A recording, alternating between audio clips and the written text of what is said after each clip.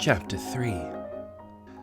Diva was sitting at the open drawing-room window of her house in the High Street, cutting with a pair of sharp nail scissors into the old chintz curtains, which her maid had told her no longer paid for the mending. So, since they refused to pay for their mending any more, she was preparing to make them pay, pretty smartly too, in other ways. The pattern was of little bunches of pink roses peeping out through trellis work, and it was these which she had just begun to cut out.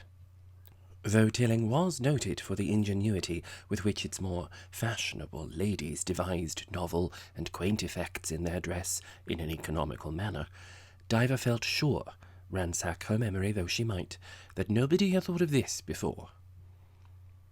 The hot weather had continued late into September, and showed no signs of breaking yet, and it would be agreeable to her and acutely painful to others that just at the end of the summer she should appear in a perfectly new costume, before the days of jumpers and heavy skirts and large woolen scarves came in. She was preparing, therefore, to take the light white jacket which she wore over her blouse, and cover the broad collar and cuffs of it with these pretty roses. The belt of the skirt would be similarly decorated, and so would the edge of it, if there were enough clean ones. The jacket and skirt had already gone to the dyer's, and would be back in a day or two, white no longer, but of rich purple hue, and by that time she would have hundreds of these little pink roses ready to be tacked on. Perhaps a piece of the chintz, trellis and all, could be sewn over the belt, but she was determined to have single little bunches of roses peppered all over the collar and cuffs of the jacket, and, if possible, round the edge of the skirt. She had already tried the effect, and was of the opinion that nobody could possibly guess what the origin of these roses was. When carefully sewn on, they looked as if they were a design in the stuff. She let the circumcised roses fall onto the window seat, and from time to time, when they grew numerous, swept them into a cardboard box. Though she worked with zealous diligence, she had an eye to the movements in the street outside, for it was shopping hour, and there were many observations to be made. She had not anything like Miss Mapp's genius for conjecture, but her memory was appallingly good, and this was the third morning running on which Elizabeth had gone into the grocer's. It was odd to go to your grocer's every day like that. Groceries twice a week was sufficient for most people. From here, on the floor above the street, she could easily look into Elizabeth's basket, and she certainly was carrying nothing away with her from the grocer's, for the only thing there was a small bottle done up in white paper with sealing wax, which Diva had no need to be told certainly came from the chemist's, and was no doubt connected with too many plums.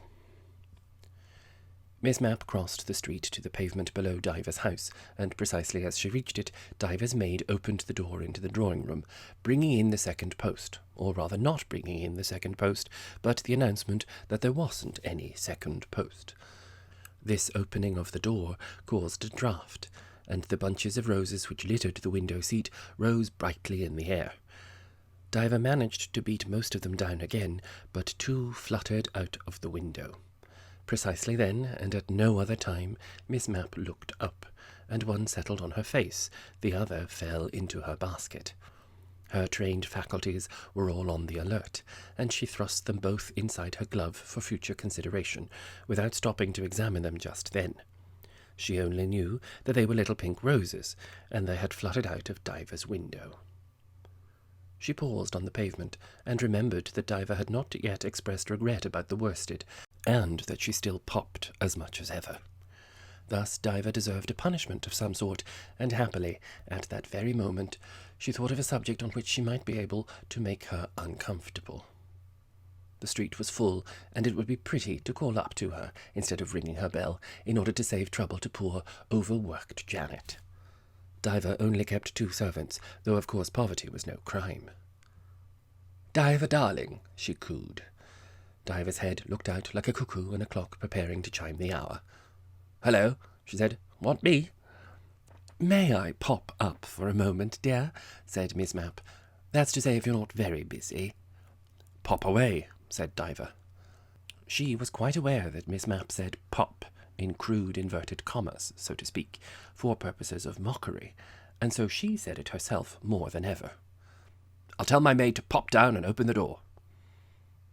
While this was being done, Diva bundled her chintz curtains together and stored them and the roses she had cut out into her work cupboard, for secrecy was an essential to the construction of these decorations. But, in order to appear naturally employed, she pulled out the woolen scarf she was knitting for the autumn and winter, forgetting, for the moment, that the rose madder stripe at the end on which she was now engaged was made of that fatal worsted which Miss Mapp considered to have been feloniously appropriated.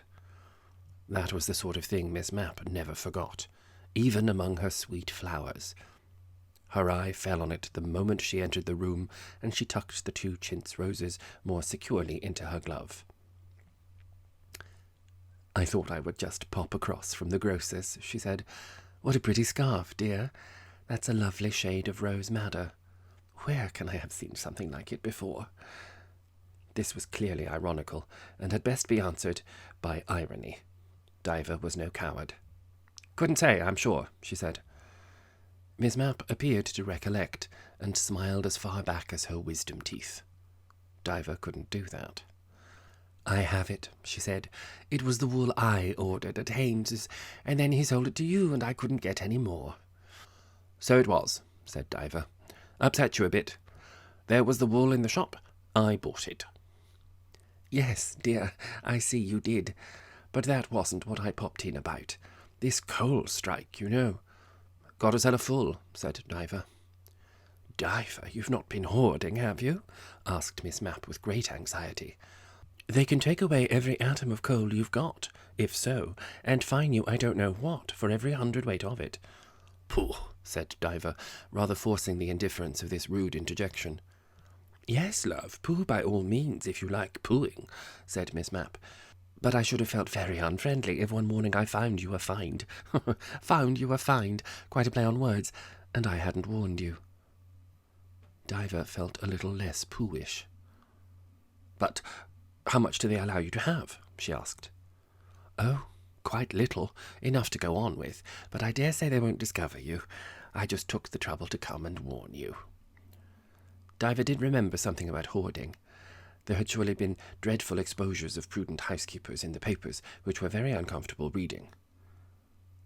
"But all these orders were only for the period of the war," she said. "No doubt you're right, dear," said Miss Mapp brightly. "I'm sure I hope you are. Only if the coal strike comes on, I think you'll find that the regulations against hoarding are quite as severe as they ever were. Food hoarding, too. Twemlow, such a civil man, tells me he thinks we shall have plenty of food, or anyhow sufficient for everybody for quite a long time, provided there's no hoarding. Not been hoarding food, too, dear Diva? You naughty thing. I believe that great cupboard is full of sardines and biscuits and Bovril." "Nothing of the kind," said Diva indignantly. "You should see for yourself." And then she suddenly remembered that the cupboard was full of chintz curtains and little bunches of pink roses, neatly cut out of them, and a pair of nail scissors. There was a perfectly perceptible pause, during which Miss Mapp noticed that there were no curtains over the window. There certainly used to be, and they matched with the chintz cover of the window seat, which was decorated with little bunches of pink roses peeping through trellis. This was in the nature of a bonus. She had not, up until then, connected the chintz curtains with the little things that had fluttered down upon her and were now safe in her glove. Her only real object in this call had been to instill a general uneasiness into Diva's mind about the coal strike and the danger of being well provided with fuel. That she humbly hoped that she had accomplished. She got up. "Must be going," she said. "Such a lovely little chat. But what has happened to your pretty curtains?" "Gone to the wash," said Diva firmly. Liar, thought Miss Mapp, as she tripped downstairs. Diva would have sent the cover of the window seat too, if that was the case. Liar, she thought again, as she kissed her hand to Diva, who was looking gloomily out of the window. As soon as Miss Mapp had gained her garden room, she examined the mysterious treasures in her left-hand glove. Without the smallest doubt, Diva had taken down her curtains, and high time too, for they were sadly shabby, and was cutting the roses out of them. But what on earth was she doing that for? For what garish purpose could she want to use bunches of roses cut out of chintz curtains? Miss Mapp had put the 2 specimens of which she had providentially become possessed in her lap, and they looked very pretty against the navy blue of her skirt. Diva was very ingenious. She used up all sorts of odds and ends in a way that did credit to her undoubtedly parsimonious qualities. She could trim a hat with a toothbrush and a banana in such a way that it looked quite Parisian till you firmly analysed its component parts, and most of her ingenuity was devoted to dress. The more was the pity that she had such a roundabout figure that her waistband always reminded you of the equator. "Eureka," said Miss Mapp aloud, and though the telephone bell was ringing, and the postulant might be one of the servants' friends bringing them up at an hour when their mistress was usually in the High Street, she glided swiftly to the large cupboard underneath the stairs, which was full of the things which no right-minded person could bear to throw away: broken basket chairs, pieces of brown paper, cardboard boxes without lids, and cardboard lids without boxes, old bags with holes in them, keys without locks, and locks without keys, and worn chintz covers. There was one, it had once adorned the sofa in the garden room, covered with red poppies, very easy to cut out, and Miss Mapp dragged it dustily from its corner, setting in motion a perfect cascade of cardboard lids and some door handles. Withers had answered the telephone, and came to announce that Twemlow, the grocer, regretted he had only 2 large tins of corned beef, but— "Then say I will have the tongue as well, Withers," said Miss Mapp. "Just a tongue, and then I shall want you and Mary to do some cutting out for me." The 3 went to work with feverish energy, for Diva had got a start, and by 4 o'clock that afternoon there were enough poppies cut out to furnish, when in seed, a whole street of opium dens. The dress selected for decoration was, apart from a few mildew spots, the colour of ripe corn, which was superbly appropriate for September. "Poppies in the corn," said Miss Mapp, over and over to herself, remembering some sweet verses she had once read by Bernard Shaw or Clement Shorter, or somebody like that, about a garden of sleep somewhere in Norfolk. "No one can work as neatly as you, Withers," she said gaily, "and I shall ask you to do the most difficult part. I want you to sew my lovely poppies over the collar and facings of the jacket, just spacing them a little and making a dainty irregularity. And then Mary, won't you, Mary, will do the same with the waistband, while I put a border of them around the skirt, and my dear old dress will look quite new and lovely. I shall be at home to nobody, Withers, this afternoon, even if the Prince of Wales came and sat on my doorstep again. We'll all work together in the garden, shall we? And you and Mary must scold me if you think I'm not working hard enough. It will be delicious in the garden." Thanks to this pleasant plan, there was not much opportunity for Withers and Mary to be idle.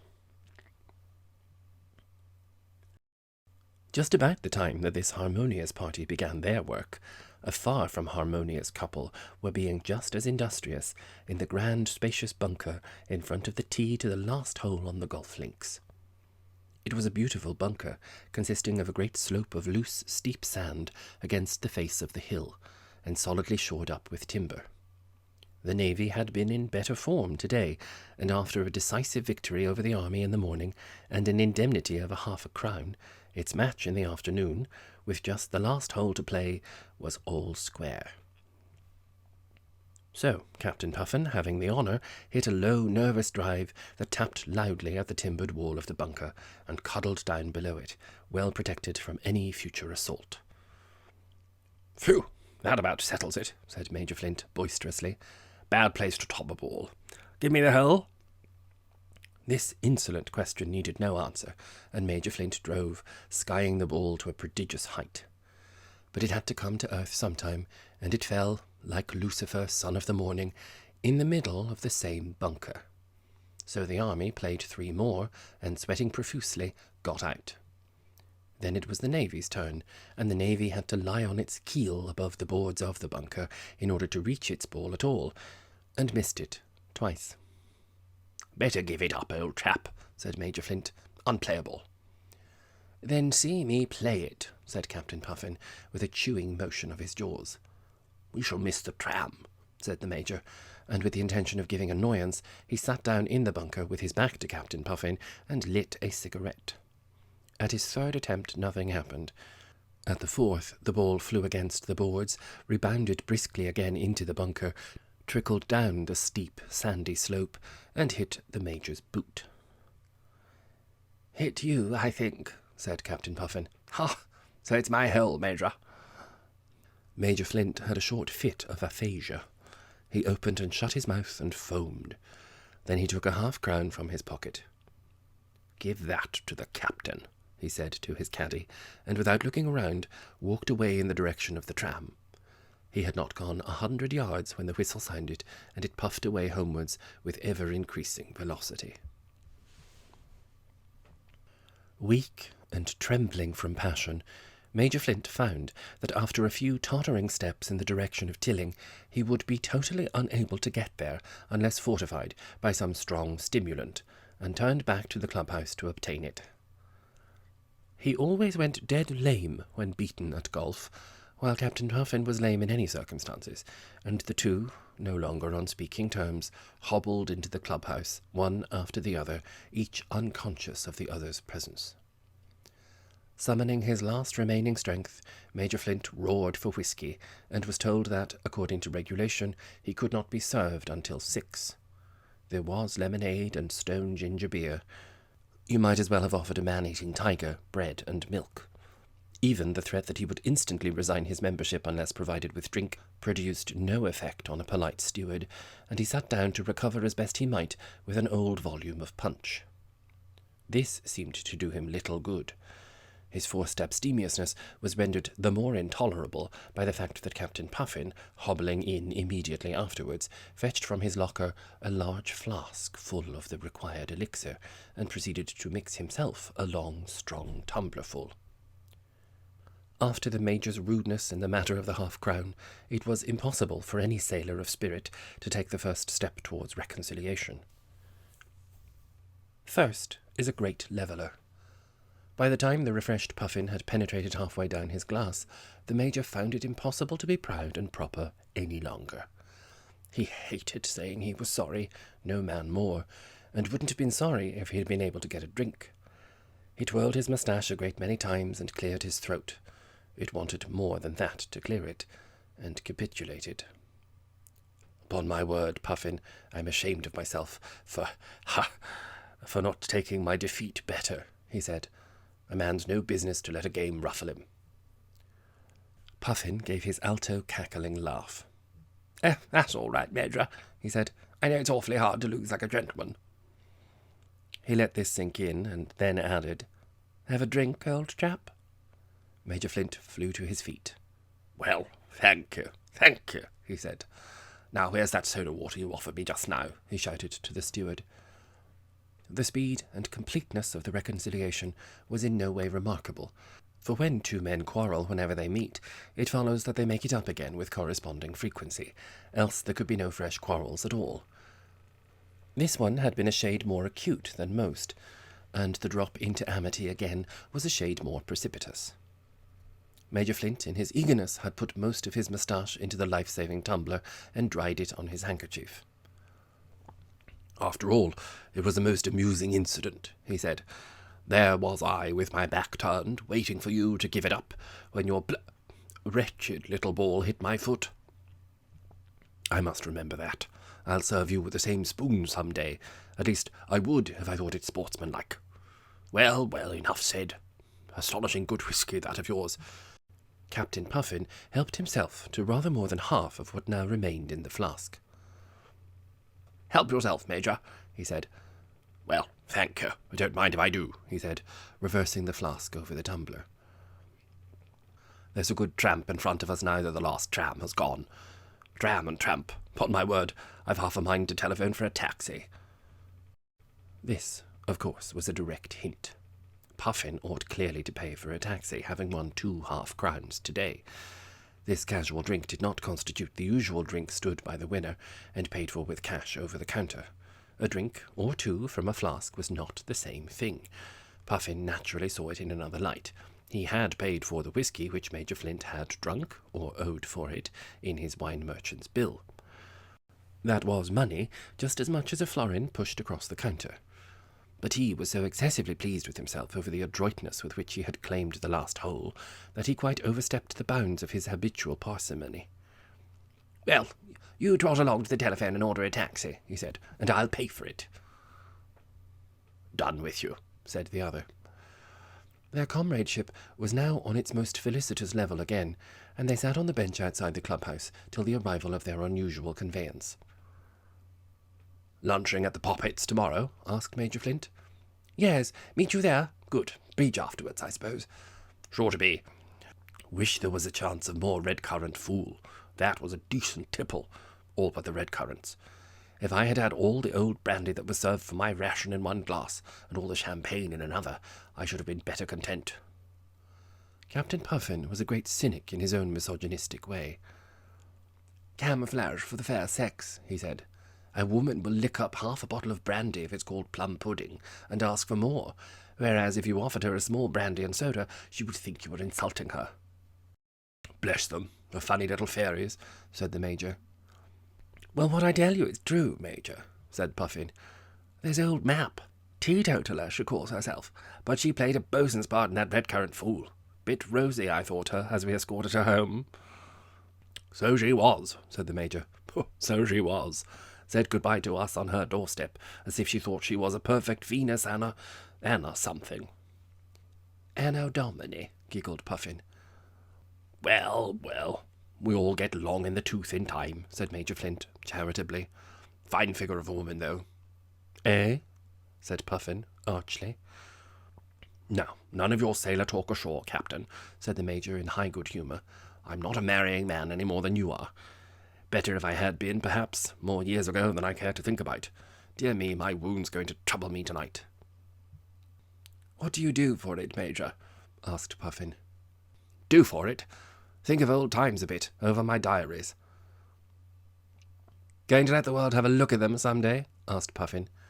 "No, sir, I am not," said Major Flint. "Perhaps 100 years hence, the date I have named in my will for their publication, someone may think them not so uninteresting. But all this toasting and buttering and grilling and frying your friends, and serving them all up hot, for all the old cats at a tea-table to mew over, pah!" Puffin was silent a moment in appreciation of these noble sentiments. "But you put in a lot of work over them," he said, at length. "Often when I'm going up to bed, I see the light still burning in your sitting-room window." "And if it comes to that," rejoined the Major, "I'm sure I've often dozed off when I'm in bed and woken again and pulled up my blind and what-not, and there's your light still burning. Powerful long roads those old Romans must have made, Captain." The ice was not broken, but it was cracking in all directions under this unexampled thaw. The two had clearly indicated a mutual suspicion of each other's industrious habits after dinner. They had never got quite so far as this before. Some quarrel had congealed the surface again. But now, with a desperate disagreement just behind them, and the unusual luxury of a taxi just in front, the vernal airs continued blowing in the most spring-like manner. "Yes, that's true enough," said Puffin. "Long roads they were, and dry roads at that, and if I stuck to them after my supper every evening till midnight or more, should be smothered in dust." "Unless you washed the dust down just once in a while," said Major Flint. "Just so. Brain work's an exhausting process, requires a little stimulant now and again," said Puffin. "I sit in my chair, you understand, and perhaps doze for a bit after my supper, and then I'll get my maps out and have them handy beside me. And then, if there's something interesting in the evening paper, perhaps I'll have a look at it, and bless me if by that time it isn't already 10:30 or 11, and it seems useless to tackle archaeology then. And I just while away the time till I'm sleepy. But there seems to be a sort of legend among the ladies here that I'm a great student of local topography and Roman roads and all sorts of truck, and I find it better just to leave it at that. Tiresome to go into long explanations. In fact," added Puffin in a burst of confidence, "the study I've done on Roman roads these last 6 months wouldn't cover a threepenny piece." Major Flint gave a loud, choking guffaw and beat his fat leg. "Well, if that's not the best joke I've heard for many a long day," he said. "There I've been in the house opposite you these last 2 years, seeing your light burning late, night after night, and thinking to myself, there's my friend Puffin still at it. Fine thing to be an enthusiastic archaeologist like that. That makes short work of a lonely evening for him if he's so buried in his books or his maps. Maps, ha-ha! That he doesn't seem to notice whether it's 12 o'clock or 1 or 2, maybe. And all the time you've been sitting snoozing and boozing in your chair, with your glass handy to wash the dust down." Puffin added his falsetto cackle to this merriment. "And often I've thought to myself," he said, "there's my friend the Major in his study opposite, with all his diaries round him, making a note here and copying an extract there, and conferring with the Viceroy one day and reprimanding the Maharaja of Boom-de-Boo another. Oh, he's spending the evening on India's coral strand, he is, having tiffin and shooting tigers and God knows what." The Major's laughter boomed out again. "And I never kept a diary in my life," he cried. "Why, there's enough cream in this situation to make a dish full of meringues. You and I, you know, the students of Tilling, the serious-minded students who do a hard day's work when all the pretty ladies have gone to bed. Often and often has that fine woman, Miss Mapp, told me that I work too hard at night, recommended me to get earlier to bed and do my work between 6 and 8 in the morning. 6 and 8 in the morning? That's a queer time of day to recommend an old campaigner to be awake at. Often she's talked to you, too, I bet my hat, about sitting up late and exhausting the nervous faculties." Major Flint choked and laughed and inhaled tobacco smoke till he got purple in the face. "And you sitting up on one side of the street," he gasped, "pretending to be interested in Roman roads, and me on the other, pulling a long face over my diaries, and neither of us with a Roman road or a diary to our names. Let's have an end to such unsociable arrangements, old friend. You bring your Roman roads and the bottle to lay the dust over to me one night, and I'll bring my diaries and my peg over to you the next. Never drink alone, one of my maxims in life, if you can find someone to drink with you. And there you were within a few yards of me all the time, sitting by your old solitary self, and there I was sitting by my old solitary self, and we each thought the other a serious-minded old buffer, busy on his life work. I'm blessed if I heard of two such pompous old frauds as you and I, Captain. What a sight of hypocrisy there is in the world, to be sure. No offence, mind. I'm as bad as you, and you're as bad as me, and we're both as bad as each other. But no more solitary confinement of an evening for Benjamin Flint, as long as you're agreeable." The advent of the taxi was announced, and arm in arm they limped down the steep path together to the road. A little way off to the left was the great bunker, which, primarily, was the cause of their present amity. As they drove by it, the Major waggled his red hand at it. "Au reservoir," he said. "Back again soon." It was late that night when Miss Mapp felt that she was physically incapable of tacking on a single poppy more to the edge of her skirt, and went to the window of the garden room where she had been working to close it. She glanced up at the top story of her own house and saw that the lights in the servants' rooms were out. She glanced to the right and concluded that her gardener had gone to bed. Finally, she glanced down the street and saw with a pang of pleasure that the windows of the Major's house showed no sign of midnight labour. This was intensely gratifying. It indicated that her influence was at work on him, for in response to her wish, so often and so tactfully urged on him, that he would go to bed earlier and not work so hard at night, here was the darkened window, and she dismissed as unworthy the suspicion which had been aroused by the red-currant fool. The window of his bedroom was dark, too. He must have already put out his light, and Miss Mapp made haste over her little tidyings so that she might not be found a transgressor to her own precepts. But there was a light in Captain Puffin's house. He had a less impressionable nature than the Major, and was in so many ways far inferior. And did he really find Roman roads so wonderfully exhilarating? Miss Mapp certainly hoped that he did, and that it was nothing else of less pure and innocent allurement that kept him up. As she closed the window very gently, it did just seem to her that there had been something equally baffling in Major Flint's egoistical vigils over his diaries, that she had wondered whether there was not something else, she had hardly formulated what, which kept his lights burning so late. But she would now cross him, dear man, and his late habits, out of the list of riddles about Tilling which awaited solution. Whatever it had been, diaries or what not, that used to keep him up, he had broken the habit now, whereas Captain Puffin had not. She took her poppy-bordered skirt over her arm and smiled her thankful way to bed. She could allow herself to wonder with a little more definiteness, now that the Major's lights were out and he was abed, what it could be which rendered Captain Puffin so oblivious to the passage of time when he was investigating Roman roads. How glad she was that the Major was not with him. Benjamin Flint, she said to herself as, having put her window open, she trod softly, so as not to disturb the slumberer next door, across her room on her fat white feet to her big white bed. "Good night, Major Benjy," she whispered as she put her light out. It was not to be supposed that Diva would act on Miss Mapp's alarming hints that morning as to the fate of coal hoarders, and give, say, a ton of fuel to the hospital at once, in lieu of her usual smaller Christmas contribution, without making further inquiries in the proper quarters as to the legal liabilities of having, so she ascertained, 3 tons in her cellar. And as soon as her visitor had left her this morning, she popped out to see Mr. Wotton, her coal merchant. She returned in a state of fury, for there were no regulations whatever in existence with regard to the amount of coal that any householder might choose to amass, and Mr. Wotton complimented her on her prudence in having got in a reasonable supply, for he thought it quite probable that if the coal strike took place, there would be some difficulty in a month's time from now in replenishing cellars.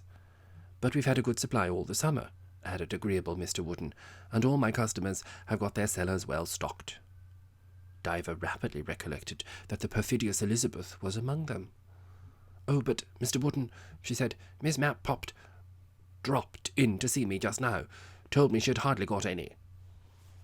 Mr. Wotton turned up his ledger. It was not etiquette to disclose the affairs of one client to another, but if there was a cantankerous customer, one who was never satisfied with prices and quality, that client was Miss Mapp. He allowed a broad grin to overspread his agreeable face. "Well, ma'am, if in a month's time I'm short of coal, there are friends of yours in Tilling who can let you have plenty," he permitted himself to say. It was idle to attempt to cut bunches of roses while her hand was so feverish, and she trundled up and down the high street to cool off. Had she not been so prudent as to make inquiries, as likely as not she would have sent a ton of coal that very day to the hospital, so strongly had Elizabeth's perfidious warning inflamed her imagination as to the fate of hoarders, and all the time Elizabeth's own cellars were glutted, though she had asserted that she was almost fuel-less. Why, she must have in her possession more coal than Diva herself, since Mr. Wotton had clearly implied that it was Elizabeth who could be borrowed from. And all because of a wretched piece of rose madder worsted. By degrees she calmed down, for it was no use attempting to plan revenge with a brain at fever heat. She must be calm and icily ingenious. As the cooling process went on, she began to wonder whether it was worsted alone that had prompted her friend's diabolical suggestion. It seemed more likely that another motive, one strangely Elizabethan, was the cause of it. Elizabeth might be taken for certain as being a coal hoarder herself, and it was ever so like her to divert suspicion by pretending her cellar was next to empty. She had been equally severe on any who might happen to be hoarding food, in case transport was disarranged and supplies fell short, and with a sudden flare of authentic intuition, Diva's mind blazed with the conjecture that Elizabeth was hoarding food as well. Luck never attends the bold and constructive thinker. The apple, for instance, fell from the tree precisely when Newton's mind was groping after the law of gravity, and as Diva stepped into her grocer's to begin her morning's shopping, for she had been occupied with roses ever since breakfast, the attendant was at the telephone at the back of the shop. He spoke with a lucid telephone voice.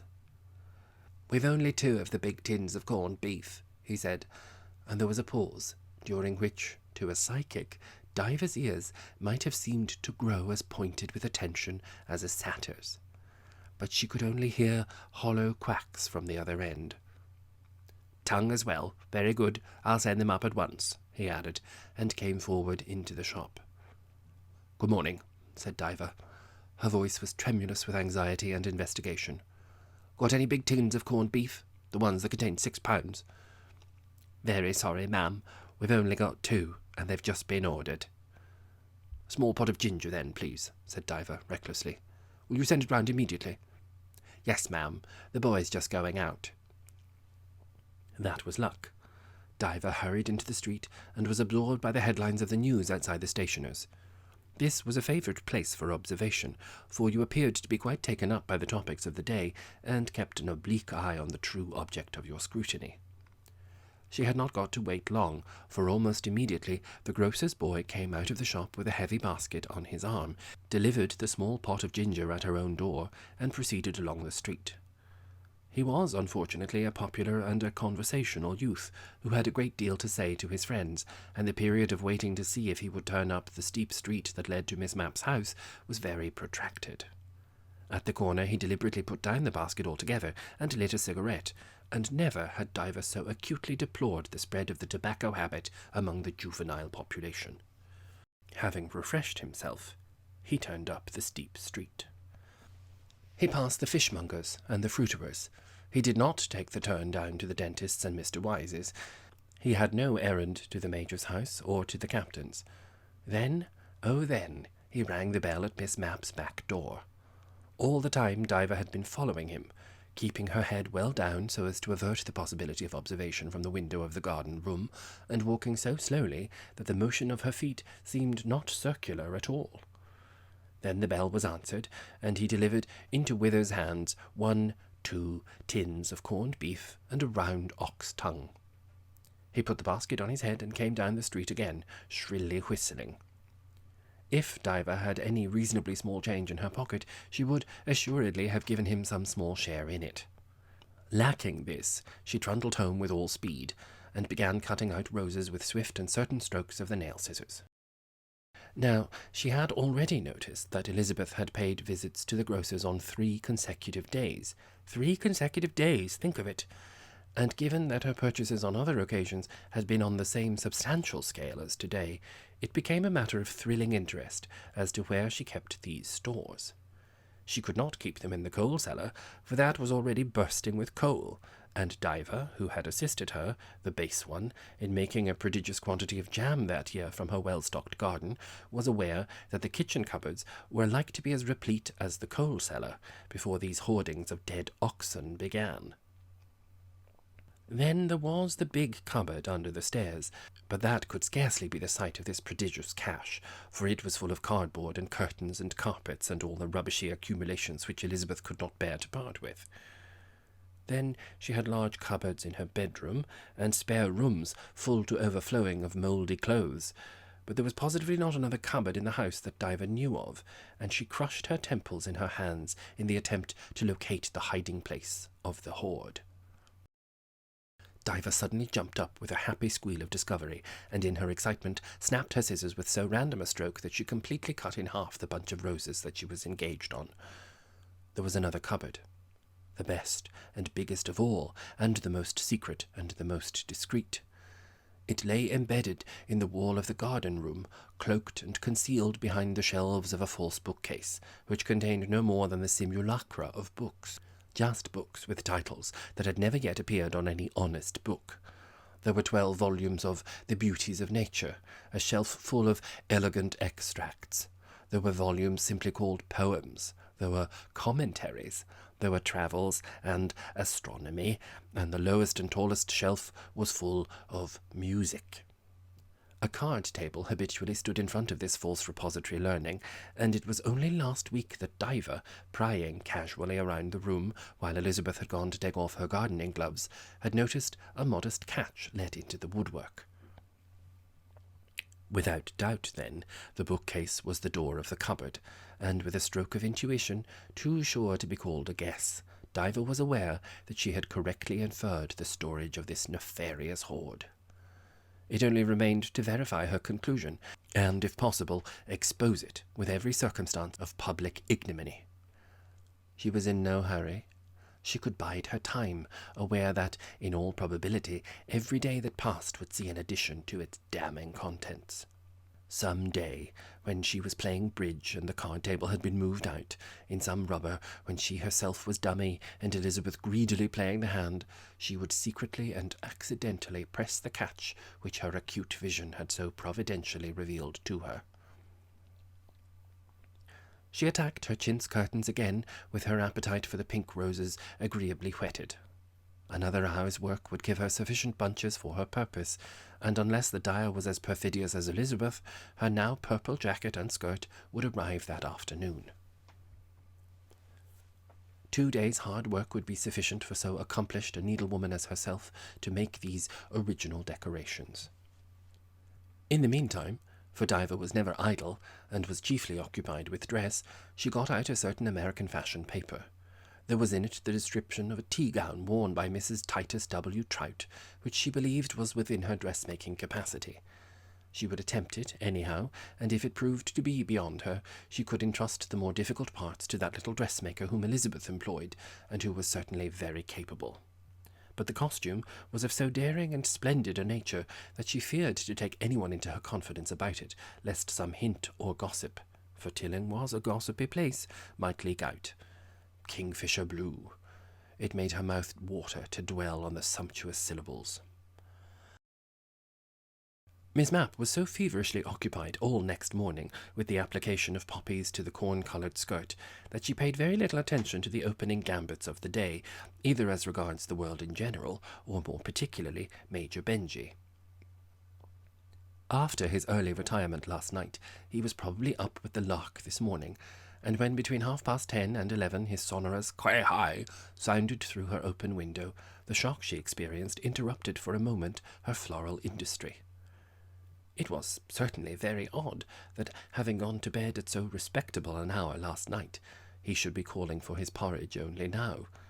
But with an impulse of unusual optimism, she figured him as having been at work on his diaries before breakfast, and in that absorbing occupation having forgotten how late it was growing. That, no doubt, was the explanation, though it would be nice to know for certain, if the information positively forced itself on her notice. As she worked, framing her lips with elaborate motions to the syllables, she dumbly practised the phrase Major Benjy. Sometimes, in moments of gallantry, he called her Miss Elizabeth, and she meant, when she had got accustomed to it by practice, to say Major Benjy to him by accident, and he would, no doubt, beg her to make a habit of that friendly slip of the tongue. Tongue led to a new train of thought, and presently she paused her work, and pulling the card-table away from the deceptive bookcase, she pressed the concealed catch of the door and peeped in. There was still room for further small precautions against starvation owing to the impending coal strike, and she took stock of her provisions. Even if the strike lasted quite a long time, there would now be no immediate lack of the necessaries of life, for the cupboard glistened with tinned meats, and the flour merchant had sent a very sensible sack. This, with considerable exertion, she transferred to a high shelf in the cupboard, instead of allowing it to remain standing on the floor, for Withers had informed her of an unpleasant rumour about a mouse, which Mary had observed lost in thought in front of the cupboard. So Mousie shall only find tins on the floor now, thought Miss Mapp. Mousie shall try his teeth on tins. There was tea and coffee in abundance. Jars of jam filled the kitchen shelves, and if this morning she laid in a moderate supply of dried fruits, there was no reason to face the future with anything but fortitude. She would see about that now, for, busy though she was, she could not miss the shopping parade. Would Diva, she wondered, be at her window, snipping roses out of chintz curtains? The careful, thrifty soul. Perhaps this time tomorrow, Diva, looking out of her window, would see that somebody else had been quicker about being thrifty than she. That would be fun. The Major's dining-room window was open, and as Miss Mapp passed it, she could not help hearing loud, angry remarks about eggs coming from inside. That made it clear that he was still at breakfast, and that if he had been working at his diaries in the fresh morning hours and forgetting the time, early rising, in spite of his early retirement last night, could not be supposed to suit his oriental temper. But a change of habits was invariably known to be upsetting, and Miss Mapp was hopeful that in a day or two he would feel quite a different man. Further down the street was quaint Irene lounging at the door of her new studio, a converted coach-house, smoking a cigarette and dressed like a jockey. "Hello, Mapp," she said. "Come and have a look round my new studio. You haven't seen it yet. I shall give a housewarming next week. Bridge party." Miss Mapp tried to steel herself for the 100th time to appear quite unconscious that she was being addressed when Irene said Mapp in that odious manner. But she never could summon up sufficient nerve to be rude to so awful a mimic. "Good morning, dear one," she said sycophantically. "Shall I peep in for a moment?" The decoration of the studio was even more appalling than might have been expected. There was a German stove in the corner made of pink porcelain. The rafters and roof were painted scarlet. The walls were of magenta distemper, and the floor was blue. In the corner was a very large orange-coloured screen. The walls were hung with specimens of Irene's art. There was a stout female with no clothes on at all, whom it was impossible not to recognise as being Lucy. There were studies of fat legs and ample bosoms, and on the easel was a picture, evidently in process of completion, which represented a man. From this Miss Mapp instantly averted her eyes. "Eve," said Irene, pointing to Lucy. Miss Mapp naturally guessed that the gentleman who was almost in the same costume was Adam, and turned completely away from him. "And what a lovely idea to have a blue floor, dear," she said. "How original you are, and that pretty scarlet ceiling. But don't you find when you're painting that all these bright colours disturb you?" "Not a bit. They stimulate your sense of colour." Miss Mapp moved towards the screen. "What a delicious big screen," she said. "Yes, but don't go behind it, Mapp," said Irene, "or you'll see my model undressing." Miss Mapp retreated from it precipitately, as from a wasp's nest, and examined some of the studies on the wall, for it was more than probable from the unfinished picture on the easel that Adam lurked behind the delicious screen. Terrible though it all was, she was conscious of an unbridled curiosity to know who Adam was. It was dreadful to think that there could be any man in Tilling so depraved as to stand to be looked at with so little on. Irene strolled around the walls with her. "Studies of Lucy," she said. "I see, dear," said Miss Mapp. "How clever.